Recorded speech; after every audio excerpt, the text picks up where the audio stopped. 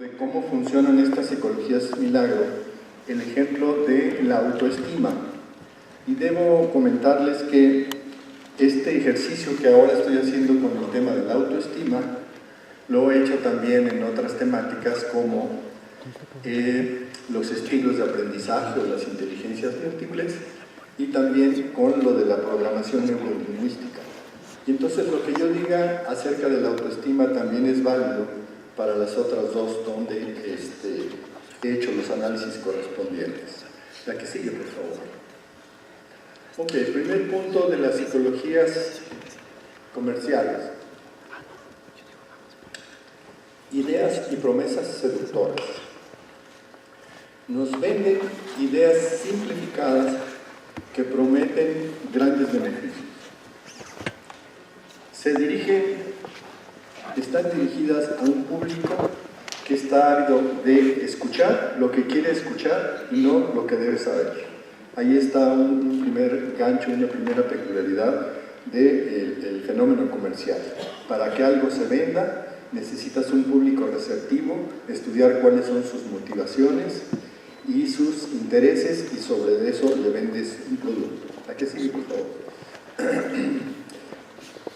Casi siempre las psicologías de un milagro empiezan por un autor milagroso, un gurú, alguien que de repente y súbitamente adquiere especial relevancia en los ámbitos, a veces académicos, pero básicamente en el ámbito comercial o en los medios.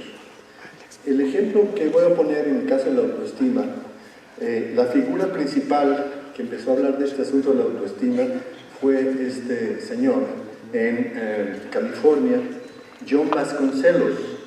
No sé si se pronuncia Vasconcellos o me pongo más mexicano y digo Vasconcelos. Entonces, para los cuates vamos a decirle Juan Vasconcelos. ¿Qué planteaba Juan Vasconcelos? Fíjense lo que está planteando como una de las afirmaciones emblemáticas que hizo sobre el asunto de la autoestima en el año de 1989. Podemos desarrollar una vacuna social. ¿Cuál es esa vacuna? La autoestima. Podemos ser más grandes que nuestros fracasos del pasado, alejar nuestra vida del crimen y la violencia, el alcohol, la adicción a las drogas, el embarazo prematuro, el abuso sobre los niños, la dependencia crónica y el fracaso educativo. Todas ellas amenazas a nuestra prosperidad. Segundo punto, suele haber un libro clásico que es de donde el núcleo o el embrión de donde empiezan a derivar como casos más particulares. Este fue un libro escrito en el 89, La importancia social de la autoestima, y lo publicó la Universidad de California. La que sigue, por favor. Bueno, les voy a empezar a hablar seductoramente. ¿Qué es la autoestima? Es un concepto que tenemos la tendencia a abrazarlo, a simpatizar con él. La autoestima. Tener autoestima es una condición básica no solo para conseguir lo que quieres, sino para respetarte y respetar a los demás. Frase por demás cautivadora y que tiene cierta lógica, no está exenta de cierta lógica. Yo puedo decir, si me respeto a mí mismo, si creo en mí mismo, si me aprecio a mí mismo, esa es una condición necesaria, una base para yo poder respetar a los demás y darme a respetar. Suena bien, suena cautivador. ¿A qué sigue, por favor? Ahora vamos a empezar a ver en campos particulares cómo funciona este asunto de la autoestima. Imaginemos el primer campo, el desempeño académico, y veamos la frase que viene en la parte de abajo. Y díganme si no, esa frase suena muy convincente, inclusive muy emotiva. Tiene cierta lógica, el poder de encantamiento. Si tienes una buena autoestima, podrás perseverar en tus estudios y superar cualquier adversidad que se te presente. Será como el motor para que puedas culminar exitosamente tu preparación. Tiene cierta lógica. Si yo estoy confiado de mí mismo, voy a tener más posibilidad de superar las adversidades que se me vayan presentando a lo largo de mi desempeño académico o los grados escolares que yo vaya estudiando. Suena bien esta idea de la autoestima que se generó por el señor Vasconcelos, dio pauta para que también hubiera una explosión de talleres, de cursos, de dinámicas de grupo, donde lo que se trataba era de a los asistentes levantarles la autoestima, como quien dice, fortalecer la parte psicológica para que pudieran enfrentar las diferentes dificultades que les presentaba la vida. Ahora, vamos a ver lo de la prueba empírica sobre esta afirmación, que suena lógica. La que sigue, por favor. Se puede hacer una predicción acerca de la validez de la afirmación anterior. Si la afirmación es cierta, tendríamos que encontrar que quien tenga autoestima alta debería también tener un desempeño académico alto. Y su contraparte, si tiene una autoestima baja, debería tener un desempeño académico bajo. Si encontramos que eso no se cumple, que eso está representado por los taches, querrá decir que la afirmación es falsa o la capacidad predictiva de la afirmación también sería falsa. Vamos a revisar algunos datos al respecto. La que sigue, por favor. Esta gráfica que les estoy presentando es una de las herramientas estadísticas que se usan con mayor frecuencia, la correlación. Las correlaciones se vinculan dos variables, una variable en el eje de las Y y una variable en el eje de las X. Podemos poner a manera de ejemplo, mientras más hago ejercicio, menos ejercicio, regular ejercicio, mucho ejercicio, y acá podemos poner sudoración. Mientras más ejercicio hago, mayor sudoración tendré. Y aquí tenemos una correlación positiva perfecta que se expresa con el 1.0. También hay correlaciones negativas, que sigue, por favor, que se expresan al revés. Mientras más hay de una variable, la otra es mucho menor. Y se expresa como una correlación de menos 1.0, correlación negativa perfecta, correlación positiva perfecta. La que sigue, por favor. Cuando no hay ninguna correlación, es correlación cero y se expresa como una línea horizontal. Que podemos tratar de estimar el poder predictivo de una correlación cero diciendo, bueno, el desempeño que se tenga en una de estas variables siempre va a corresponder con el mismo punto de la otra variable, entonces no tiene capacidad predictiva. La que sigue, por favor. Ahora nada más chequen este asunto con datos intermedios entre ninguna correlación o correlación negativa perfecta. Lo expresamos como menos 0.5. Entonces es un valor que está a la mitad de cero capacidad predictiva y una capacidad predictiva. La contraparte sería también el 0.5, que sigue, por favor. La contraparte es una correlación positiva de 0.5, que también, bueno, estaría a la mitad entre ninguna capacidad predictiva y capacidad predictiva acá arriba. Okay. Entonces, con datos así, no tenemos mucha esperanza de la capacidad predictiva de las correlaciones. La que sigue, por favor. Veamos estos datos acerca de la autoestima y el desempeño académico. Fíjense nada más. Este estudio lo hicieron en 1986. La correlación de la autoestima, estando los chamacos en 10º grado, 10 grados de estudio, la autoestima y su correlación con el grado de desempeño académico cuando estaban 2 años más adelante. La autoestima, la correlación es muy cercana a cero, no hay correlación. Entonces parece ser que la autoestima no me predice el desempeño académico. Siguiente correlación. Ahora vamos a invertir el dato de arriba. ¿Cómo está el desempeño académico cuando están en 10º grado y la autoestima cuando están en dos grados más adelante? Tampoco hay correlación. Ahora, aquí vamos a correlacionar la autoestima cuando están en 10º grado y la autoestima cuando están en 12º grado, y la correlación es 0.4. También es muy baja. Ahora, la correlación cuando están en desempeño académico en 10º grado y en 12º grado, y entonces la correlación sube. Es decir, quiere decir, los que están en 10º grado y que tienen buen desempeño académico, eso pronostica, tiene mayor valor predictivo de cómo va a ser su desempeño académico cuando estén 2 años más adelante. Moraleja de la historia: no hay evidencias que apoyen esta idea de que mientras mejor autoestima tengas, mejor desempeño académico vas a lograr. La que sigue, por favor. También algunas de las promesas que hacía Vasconcelos es al respecto del sexo y las adicciones. Y también podemos tener una afirmación encantadora del sentido común que diría: si de verdad te quieres a ti mismo, te valoras a ti mismo, no vas a permitir que alguien o alguien te perjudique. Perfecto, la vacuna perfecta para no andar teniendo relaciones sexuales prematrimoniales o embarazos adolescentes. ¿Será de esa manera? ¿Tendrá valor predictivo esta afirmación?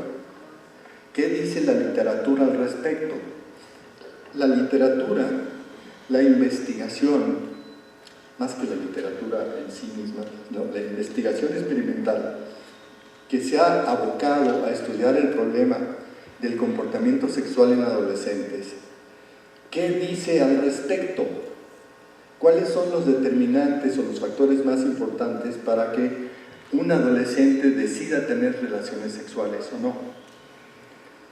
La que sigue, por favor. Aquí hay una muestra, cuando menos, de 4 investigaciones sobre este asunto. No puse más por falta de espacio, pero es una constante. La literatura que se dedica a investigar los determinantes del comportamiento sexual prematuro en los chamacos, o no consideran el asunto de la autoestima, o cuando han probado el asunto de la autoestima como una de sus variables, no han encontrado que tenga un peso importante en la decisión de tener relaciones sexuales prematuras.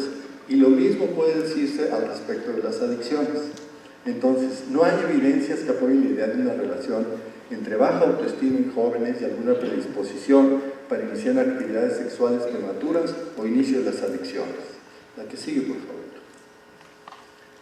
Otra afirmación también encantadora.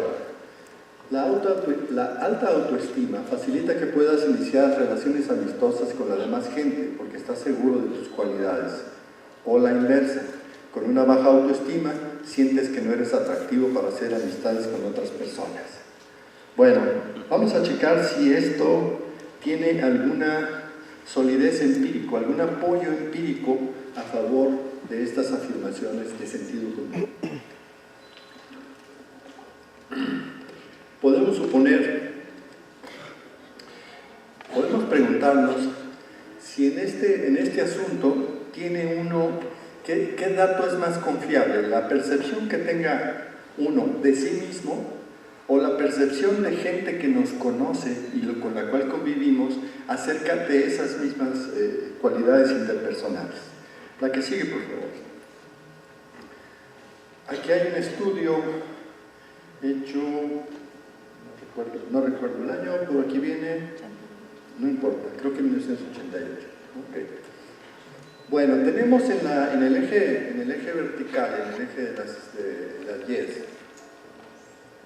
el desglose de 5 habilidades que tienen que ver con relaciones interpersonales. Y en la parte de abajo tenemos el grado de autoestima. La barrita azul significa la percepción o la autoestima que considera tener la persona, es decir, su opinión sobre sí mismo. Y en la barrita roja, color vino, viene la percepción de gente cercana, de sus amigos más cercanos acerca de estas 5 habilidades sociales, ¿no? ¿Qué tan bueno eres para manejar conflictos? ¿Qué tan bueno eres para proporcionar apoyo emocional? ¿Qué tan bueno eres para hablar acerca de cosas muy personales, acerca de ti mismo? ¿Qué tan bueno eres para iniciar relaciones? ¿Y qué tan efectivo eres cuando la gente te confronta? Ok, estas NS significa que son datos no significativos. O sea, no hay ninguna correlación en estos cuatro. En la que sí hay es la de iniciar relaciones. Y sin embargo, cuando vemos el valor de la correlación es muy bajo. Nuevamente aquí también, como diría Sigmund Freud, acto fallido. La que sigue, por favor. La felicidad. Las personas con alta autoestima experimentan mayor grado de bienestar con la vida y consigo mismos. Pues como diría Dal Ramones, pues no es cierto. Vamos a ver la que sigue, por favor. Este es un estudio experimental donde se trata de averiguar qué es más importante para la satisfacción con la vida. Tu autoestima o tu tranquilidad financiera. ¿Has resuelto tus problemas económicos? ¿Tienes tranquilidad financiera? ¿O es la autoestima lo que te da mayor felicidad? Y se hace con 31 países. ¿Por qué hay tanta diferencia, por ejemplo, entre Bangladesh, donde lo importante es la parte financiera? Y si nos vamos a Nueva Zelanda, la parte de la autoestima es la que más predomina. Igual también aquí con Singapur. Pero si ustedes observan el resto de los países, ¿por qué en unos sí y en otros no? ¿Por qué en unos más y en otros menos? No se sostiene la idea de la autoestima como garantía de satisfacción con la vida. La que sigue, por favor. Bueno, ¿de dónde se deriva todo este desgarriate? ¿De dónde salió el concepto de la autoestima? ¿Por qué de repente se posicionó como un concepto importante para la psicología? Yo diría que por razones de mercado. Porque hay una comunidad receptiva para aceptar expresiones novedosas que prometen mucho y que dan la ilusión de que ahora sí vamos a solucionar muchos de los problemas psicológicos. La programación neurolingüística, la inteligencia emocional, etc. Cuestionamientos. Muchas veces, o sea, aparte del cuestionamiento de dónde salió y por qué se te ocurrió ese concepto, no sale de la investigación empírica, salen de la mente calenturienta de alguien. Y se confunde, muchas veces hay problemas conceptuales. ¿Qué es la autoestima? ¿Y cuál es su diferencia con el narcisismo?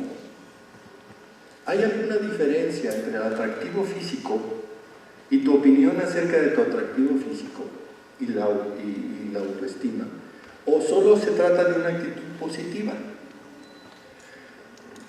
Problemas conceptuales. La que sigue, por favor. Les comentaba yo me inclino más a pensar que el concepto surge más por razones asociadas al mercado que razones asociadas a la investigación psicológica. No hay vinculación o es muy pobre con la literatura existente. Podemos, por ejemplo, analizar el caso que les comentaba hace un momento, donde decía, a ver, ¿qué es lo que sabemos acerca de por qué los adolescentes andan cometiendo los pecados de la carne? Como me decían en mi adolescencia, ¿no? ¿Has cometido pecados de la carne? Y yo pensaba que era comer carne los viernes de vigilia. ¿O has tenido malos tocamientos? Y yo pensaba que se refería a andar tocando puertas en las casas y corriendo escondidas. Bueno, ¿qué nos dice la literatura acerca de los factores claves para explicar el comportamiento sexual prematuro? Y esta propuesta de la autoestima como un factor importante, ¿cómo es que se vincula con esta literatura? De ninguna manera, no hay vínculo, o es muy pobre. Y finalmente también podemos preguntarnos, ¿y este asunto de la autoestima tiene que ver con otro aspecto de la dinámica de estas ofertas que periódicamente se nos presentan a los psicólogos? Tienen un periodo de vida y después desaparecen. La programación neurolingüística va en decadencia, porque tuvo su periodo de vida, su principal clímax y va nuevamente en decadencia. El antídoto para evaluar esta transitoriedad de estas propuestas es si después de mucho tiempo continúa vigente o ya no, o bien si solo es un fenómeno mexicano o se ha extendido a otras partes a otros países. Bueno, aquí sigue, por favor. Hay un error que muchas veces se pasa por alto. En uno de los estudios que les mencionaba yo, de la relación entre la autoestima y el desempeño académico, también tomaron la precaución de evaluar una variable que se llamaba el locus de control. Para que no se oiga medio loco el asunto, porque se extraña la expresión locus de control, se refiere a lo que te sucede, en qué medida lo atribuyes a los demás o es tu propia responsabilidad. Locus de control. Entonces tiene una distinción entre locus de control externo, que son lo que me sucede, eso es básicamente responsabilidad de mi circunstancia, y lo opuesto sería locus de control interno, donde lo que sucede en buena medida o mayoritariamente depende de lo que yo haga. Y esa variable locus de control explicaba más el asunto del desempeño académico que el asunto de la autoestima. Ok. Autoestima es más lógico que no sea la causa de, sino el resultado de algo.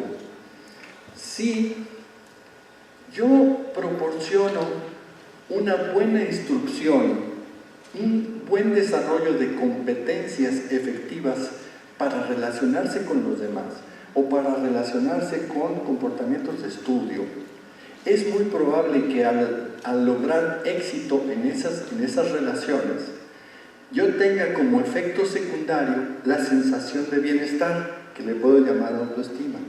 Es más lógico suponer que la autoestima es el resultado de algo, no es causa, es efecto. Es más lógico que sea de esa manera y no como se le ha venido manejando. La que sigue, por favor. Hace un momento les decía yo, bueno, a ver, estas propuestas que periódicamente aparecen, ¿de dónde salieron? El conocimiento se va construyendo a partir de evidencias empíricas y de modelos que van tratando de articular las diferentes evidencias. Cuando se tiene suficientes evidencias puede uno plantear un modelo y desde ese modelo hacer algunas predicciones que después se pueden probar en el mundo real. Normalmente estas propuestas no surgen de esa manera, sino, ya les comentaba yo, son propuestas con lógica, una buena lógica, que tienen ese elemento del encanto, el encanto de dirigirse a un público receptivo de ideas psicológicas atractivas. Ok. Habría que hacer también algunas otras preguntas, si lo que están planteando se ha corroborado con las evidencias de manera imparcial, o si bien si hay explicaciones alternativas a los problemas que promete resolver, como no fue el caso de la propuesta de Vasconcelos. Proporciona mejores explicaciones que teorías rivales, se formula en términos que permitan su refutación. Todo esto también hay que cuestionarlo. La que sigue, por favor. Ok.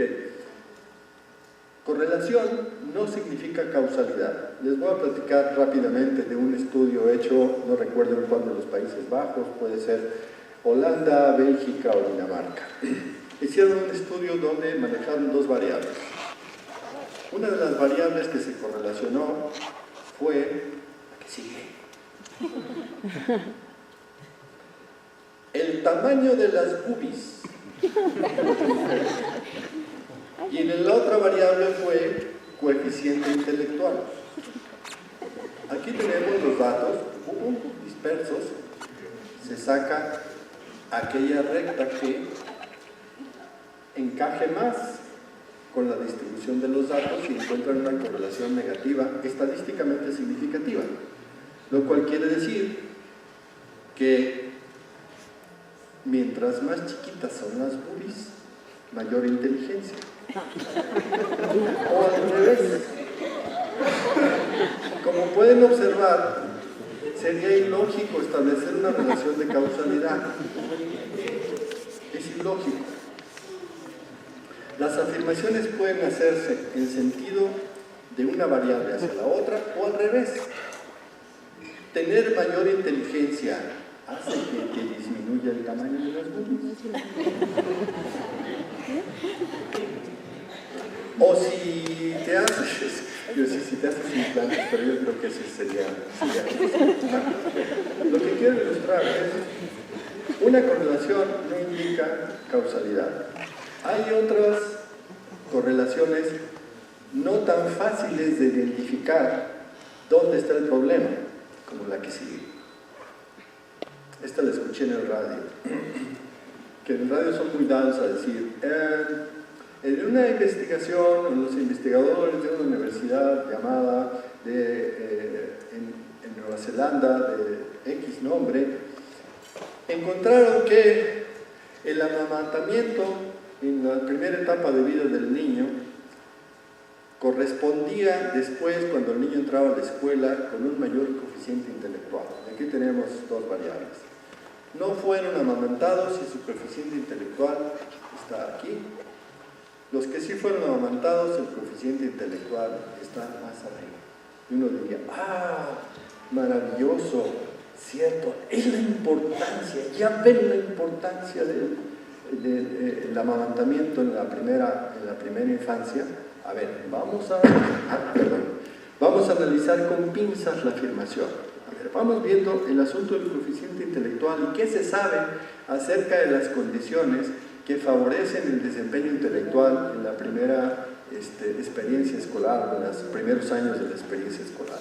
Bueno, tiene que ver mucho la estimulación que ocurrió en el ámbito familiar y también en el ámbito escolar, en cantidad, en variedad y en pertinencia de la estimulación. ¿Cómo fueron los niños educados bajo esas condiciones? Y eso tiene mayor poder explicativo que si los amamantaron o no los amamantaron en la primera infancia. Si lleváramos hasta sus últimas consecuencias esta información que parece muy atractivo, tendríamos que decir, pobres señoras que no pudieron amamantar, han de estar en el muro de las lamentaciones diciéndome, no lo pude amamantar, ya se volvió tarado mi niño para el resto de su vida. No puede ser, no puede ser. Está totalmente desenfocado, aunque debo confesar, y espero que así que coincidan conmigo, que esto provoca un impacto, porque estamos predispuestos a creer en las bondades del amamantamiento en la primera infancia. Y es cierto, el amamantamiento en la primera infancia que proporciona mejores nutrientes y más mecanismos de defensa, no estoy hablando freudianamente, pero mecanismos para el sistema inmunitario. Ok, la que sigue, por favor. ¿Qué tenemos? Aquí un buen batidillo de ofertas de psicología comercial para que ubiquen que lo que el día de hoy pueden estar enamorados, el día de mañana va a desaparecer, que hay una oferta, una total indisciplina para esa oferta. Ahí les voy a hablar como merolico, porque dice, pásele al coaching, constelaciones familiares, terapia transpersonal, terapia centrada en el cliente, psicotraumatología, yoga, meditación, terapia centrada en soluciones, terapia cuántica, psicología holística, terapia de contención, sanación del trauma, método Peter Levine, terapia hermenéutica, mindfulness, hipnosis seleccionada, psicología positiva, llévela. ¿Cuál aparecerá mañana? ¿Qué es esto? ¿Qué es esto? ¿Qué está pasando? ¿De dónde surge todo este relajo? Y lo trágico es que a veces algunas de estas cosas pasan a formar parte de la enseñanza en las universidades. Dios nos libre. Pues parece que Dios no existe porque no nos ha librado. Hipnosis amazoniana, ¿de dónde salió? Ok, chequen este vaquilillo, esta licuadora. No sé qué estén pensando, pero a mí me produce mucho desasosiego. La que sigue, por favor. Ok, esto es lo que pasa. Muerte al conocimiento, que vive el coaching y la bioneuroemoción, que también empieza a aparecer como algo importante en nuestra situación contemporánea, que ahora todo es neuroliderazgo, neuroeducación, y ahora todo es neuro. ¿De dónde diablo sale ese asunto? Y eso significa que a la parte epistemológica, a la filosofía de la ciencia y a la investigación le están dando una patada, les está valiendo un cacahuate, y entonces es muy difícil estarse defendiendo de esa avalancha de ofertas de psicología mágica, de psicologías que prometen soluciones fáciles. ¿A qué sigue, por favor? Argumento muy socorrido. Ay, pues dirás lo que quieras, pero es que a mí me funciona, y lo voy a seguir haciendo porque me funciona. No hace mucho encontraba yo a una exalumna que fue una persona brillante, pero tenía yo como más de 20 años de no verla, y le decía, bueno, ¿a qué te dedicas? Constelaciones familiares, y me recomendaba que debería ser yo más abierto. Madre santa, Constelaciones Nacional, y me enfatizaba, me funciona, y no, ¿qué me funciona? A ver, vamos analizando qué es eso de que me funciona. ¿Qué significa funcionar? Porque mucha gente se mete de parte de la demanda, de parte del usuario de esas cosas, en el ánimo de tener emociones intensas, que le alimenten la ilusión de que ahora ya entiende por qué se comporta como lo hace, y muy emotivo que le den el síndrome de Lupita D'Alessio, y que después de esa intervención diga, hoy voy a cambiar, y voy a cambiar, a renovar mis maletas, y esto es fantástico porque mediante una fórmula sencilla que aprendí en una semana, en un taller de una semana, de fin de semana, ahora sí entiendo qué es lo que está pasando conmigo y hoy voy a cambiar. Ok. Ese es tu criterio de efectividad. ¿Es atendible un criterio de esa naturaleza? O que la persona se despida de ti de manera emocionada y diga que está muy agradecida porque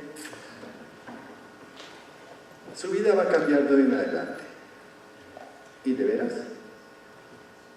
¿Qué pasa después de un tiempo? Yo he sido testigo, y seguramente muchos de ustedes también, de cómo algunos que toman estas clases de talleres o cursos de entusiasmo juran que su vida va a cambiar y que habían vivido en el error. Y los ve uno 3 meses después, 4 meses, 6 meses, y aquello no ha cambiado. Sigue igual, nomás que ahora traen sentimientos de culpa. Porque aquello que supusieron solo dependía de su voluntad y de su deseo de hacer las cosas, resultó que no es así. Y como no le resultó, ¿quién será el culpable? Yo, porque no supe. Y entonces no han cambiado, y ahora lo único que ha cambiado es que ahora tienen sentimientos de culpa. Entonces los criterios de efectividad hay que analizarlos con detalles, hay que desmenuzarlos, porque detrás de ellos hay mucha basurita metodológica, basurita conceptual. Bueno, ¿a qué sigue, por favor? En este artículo, que es muy bueno, hacen un análisis. ¿Por qué las psicoterapias efectivas parecen funcionar? Una clasificación de causas de la efectividad terapéutica espuria. Es un trabajo magnífico donde hacen un desglose, un desmenuce de todas esas condiciones que les acabo de mencionar, los criterios de efectividad, la poca imparcialidad que tienen los que juzgan la efectividad de una intervención, etc. ¿Qué sigue, por favor? Ok. ¿Cuáles son las condiciones que propician estos fenómenos? Uno es las mitologías de la mente. La cultura apuesta en contra de la psicología científica. Es más fácil atribuirle a la mente cualquier cantidad de barbaridades que se nos ocurran. Y la mente es el nombre que le damos a nuestra ignorancia. Entonces hay un medio social, una cultura mentalista que es favorable para el surgimiento de todas estas vaciladas. Dos, hay ilusiones de bienestar psicológica que saben venderse y que se venden bien porque prometen la máxima recompensa al menor precio. Otra condición, las ofertas suelen hacerse, no todas, con un lenguaje pseudocientífico. He leído en algunas ocasiones que ahora hay liderazgos cuánticos y hay un manoseo de la terminología científica para darle el revestimiento de cientificidad a cosas que no la tienen. Otra condición es que cuando ustedes salen de la carrera también tienen necesidad de tener ingresos estables. Y esas mercancías que son fácilmente vendibles son un atractivo para que ustedes logren tener ingresos y además lograr un reconocimiento social, un aprecio, porque la gente queda muy agradecida y los considera ahora sí expertos en los cochambres de la mente. La que sigue, por favor. Otra circunstancia que favorece este asunto, el estado embrionario de la psicología como ciencia. Tenemos poco desarrollo científico y desafortunadamente hay mucha resistencia a hacer un hábito en los estudiantes de psicología para explorar la literatura empírica, la investigación que hay al respecto de diferentes fenómenos y problemas psicológicos. Si no, la tendencia es a consumir fórmulas fáciles. El siguiente punto que facilita este desorden es precisamente el desorden curricular. Yo preferí, y si me pareció muy afortunada esta imagen, que es una mano apuntando a 4 puntos diferentes. Y es la situación que habitualmente experimenta el estudiante de psicología, que no sabe para dónde irse. Y a lo largo de la carrera, como diría el Chavo del 8, sin querer queriendo, les mandan un mensaje que dice: se vale lo que quieras, todo es igualmente válido. Bajo esa idea de que todo es igualmente válido, andan abrazando la programación neurolingüística, la inteligencia emocional, los estilos de aprendizaje y cualquier otra porquería que se les presente enfrente, la abrazan con mucho gusto. Entonces el desorden curricular, el eclecticismo, es otra de las condiciones que favorecen este desorden. Siguiente y último punto de este asunto, hay una inexistencia o tienen poco peso algunas organizaciones que pudieran regular este asunto. En el ámbito de la medicina hay más posibilidades, está la COFEPRIS, existe algún órgano regulador para que indique la seriedad que tiene algún tipo de prescripción terapéutica. La que sigue, por favor. Ok, aquí están muchas de las ofertas que ustedes encuentran en el Facebook, en algunas otras de las redes. La siguiente, por favor. Reglas del escepticismo. Esa me la voy a saltar porque ya de alguna manera estuve comentando sobre este asunto. Ok. Háganse adictos a literatura escéptica. Les pongo 4 muestras. Hay un libro extraordinario a la izquierda, 50 grandes mitos de la psicología popular. Consíganlo para que vean de cuántas barbaridades somos víctimas y que no tienen ningún respaldo. Este me pareció también un libro extraordinario. El autor tiene un nombre muy extraño, Eparquio Delgado. Eparquio Delgado escribe este libro que se llama Los libros de autoayuda, vaya tino, y hace un buen análisis de estas barbaridades. Estos autores, Alan Sokal y Jan Brickman, que escriben este libro también fantástico que se llama Imposturas Intelectuales, y tampoco haría mucho daño darse una buena empapada de las falacias o de las claves de la argumentación para identificar argumentos falaces. ¿La que sigue, por favor? Termino con este mensaje que me parece bellísimo de Guillermo Sheridan. Quiero que se queden con él, quiero rematar con esto, una especie de síntesis de todo lo que estuve diciendo, y dice Guillermo Sheridan: somos más hospitalarios con las emociones que con la verdad. Aquello que nos emociona le damos mayor cabida que aquello que es imparcial, frío, objetivo. Somos más hospitalarios con las emociones que con la verdad. Y continúa Sheridan: pero sin la responsabilidad de la verdad, las emociones derivan en un culto, una recompensa improductiva. Con esto termino. Muchísimas gracias por su atención.